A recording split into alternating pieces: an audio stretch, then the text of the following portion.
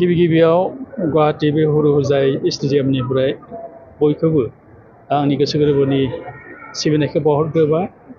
दिनै बेवहाय बर'नि जे जातीय मोसानाय बागुरुम्बा, बे बागुरुम्बा मोसानायखौ दिनैनिफ्राय बेवहाय थानानै 17 थारिखनि प्रग्रामसिम बेवहाय सोलिलांबाय थागोन।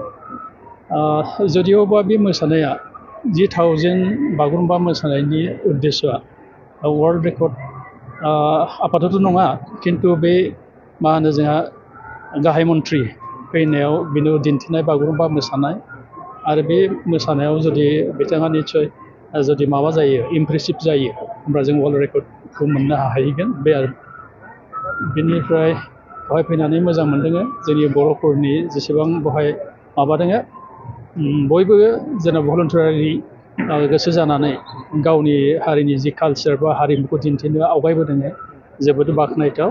आसा खालामदों बे प्रग्रामा मोजाङै जालांगोन आरो नोंथांमोननि जिखिनि प्रसेस्टा फोसावनाय, बे फोसावनायनि गेजेरजोंबो जे जोङो नेसनेल एन्ड इन्टारनेसनेल लेभेलाव बे खोथाखौ मिथिहोनो हागोन जोंनि बे हारिमुखौ।